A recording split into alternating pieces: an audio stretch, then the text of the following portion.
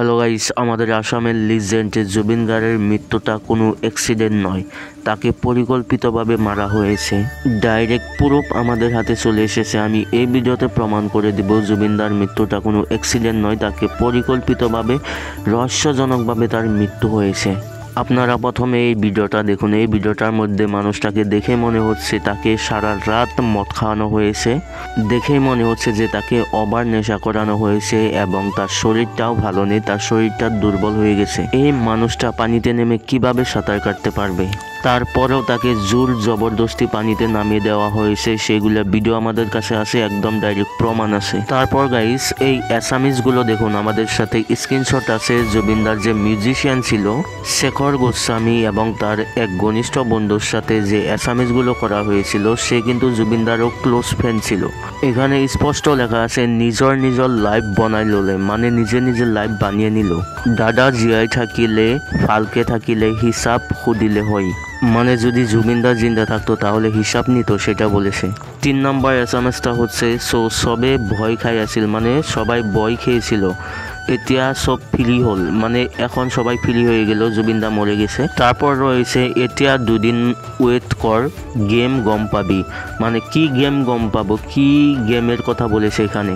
তারপরের মেসেজটা সব থেকে ভয়ঙ্কর, লিখেছে দাদা সিঙ্গাপুরত ঢোকাল, বাট দাদা ইয়াত থাকিলেও ঢোকাল হই, মানে এখানে কি বুঝিয়েছে একটু ভালো করে খেয়াল করবেন। দাদা সিঙ্গাপুরত ঢোকাল বাট দাদা ইয়াত থাকিলেও ঢোকাল হয়, মানে জুবিনদার সিঙ্গাপুরে মৃত্যু হয়েছে, জুবিনদার যদি আসামে থাকতো তারপরও তার মৃত্যু হতো। সো গাইস এই অ্যাসামিজগুলো প্রমাণ করে দিল যে জুবিনদাকে পরিকল্পিতভাবে একদম প্ল্যানিং করে মারা হয়েছে। তারপর গাইস এই অ্যাসামিজগুলো যে করেছে তার একটা বাক্য শুনুন, সে কি বলেছে। পানীটো সোমাই গ'ল চাগে, তেতিয়া উশাহ বন্ধ হৈ গৈছিল চাগে, সেইকাৰণে আস্তে আস্তে নীলা পৰি আহিছে, সেইকাৰণে গৰম কৰি আছিলোঁ। ইনষ্টেণ্ট মানে তেওঁক মই যেতিয়া ধৰিছোঁ ফাইনটো ওলাইছে, বমিটো কৰিছে, তাৰ পিছৰ পৰা নাওখন লাওঁতে মই কৈছোঁ নহয় 7 পৰা 10 মিনিট লাগিছে। উনি বলা মতে উনি জুবিনদাকে পানিতে যখন ডুবে যাচ্ছিল তখন 1 সেকেন্ডের ভিতরে উঠিয়েছে। ওঠানোর পর জুবিনদার নাক মুখ দিয়ে ফ্যান বের হয়েছিল এবং সে বমি করে দিয়েছিল, কারণ জুবিনদার ডুবে যাওয়ার সময় অনেকটা পানি খেয়েছিল। কিন্তু 1 সেকেন্ডে যদি উঠিয়েছে তাহলে কিভাবে পানি খেলো এবং কিভাবে তার বমি হলো, নাক মুখ দিয়ে ফ্যান বের হলো? একজন মানুষ যদি পানির তলে ডুবে 1 মিনিটও থাকে তারপরও তার মৃত্যু হবে না, 100% গ্যারান্টি। আর গাইজ যার ইন্টারভিউ নেওয়া হচ্ছে উনি বলা মতে জুবিনদা সাগরের মধ্যেই শেষ নিঃশ্বাস ত্যাগ করেছে, কিন্তু আমরা শুনেছিলাম জুবিনদার আইসিইউ রুমে, মানে হসপিটালে জুবিনদার মৃত্যু হয়েছে। এবং গাইজ জুবিনদার মৃত্যুর খবরটা 8 ঘন্টা লুকিয়ে রাখা হয়েছিল, কিন্তু উনি এখন বলছে যে সাগরেই জুবিনদার শেষ নিঃশ্বাস ত্যাগ করেছে, তারা যে হসপিটালে নিয়ে যাচ্ছিল সেটা একটা নাটক ছিল। এরপর গাইজ জুবিনদার প্রথম ভিডিও, ফার্স্ট ভিডিও দেখুন।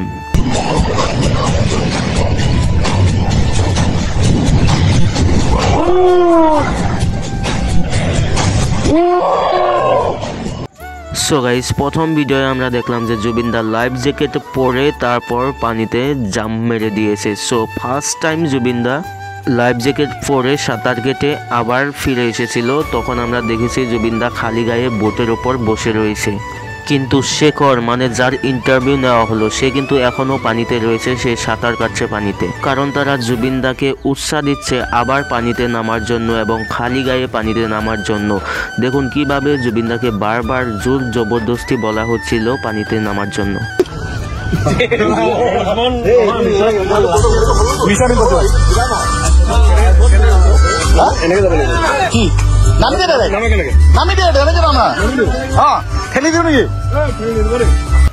এখানকার কথাগুলো একটু ভালো করে লক্ষ্য করুন, এখানে বারবার জুবিনদাকে বলছে নামি দে, ঠেলি দিও নাকি, মানে বারবার পানিতে নামতে বলছে এবং জুবিনদা হয়তো নামছে না, তখন তাকে বলছে যে ধাক্কা মেরে দিব নাকি।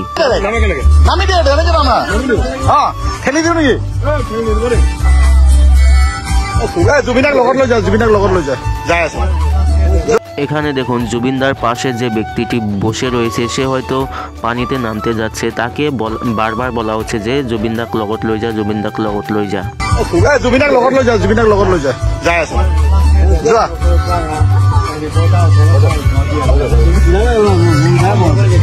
মানে জুবিনদাকে সাথে করে নিয়ে পানিতে নামতে বলছে, কিন্তু জুবিনদার হয়তো যাওয়ার মন নেই, সেজন্য সে নামছে না। কিন্তু এর পরের ভিডিওয়ে আমরা দেখতে পাই জুবিনদা খালি গায়ে সাগরে সাঁতার কাটছে। সেটা অনেক ভয়ানক এবং খুবই দুঃখজনক দৃশ্য ছিল।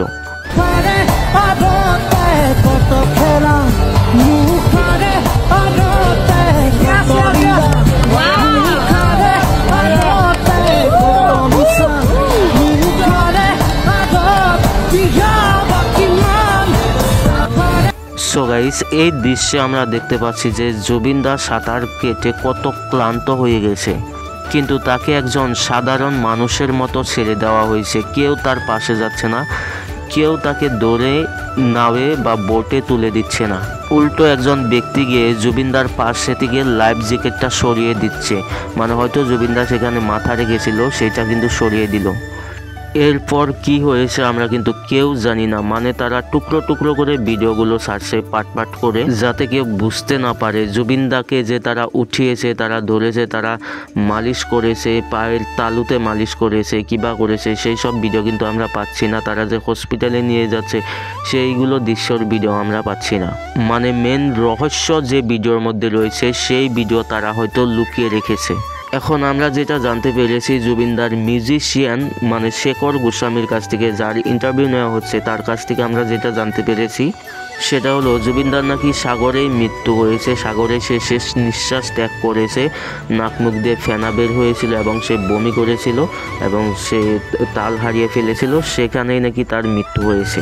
ওকে গাইস, এখন আপনাদের মতামত কি? জুবিনদার মৃত্যুটা কি একটা অ্যাক্সিডেন্ট, না তাকে জেনে বুঝে পরিকল্পিতভাবে রহস্যজনকভাবে মারা হয়েছে? আপনাদের মতামত আপনারা কমেন্টে জানাতে পারেন। ওকে, দেখা হচ্ছে নেক্সট কোনো ভিডিওতে। ততক্ষণে ভালো থাকুন, সুস্থ থাকুন, টেক কেয়ার, বাই বাই।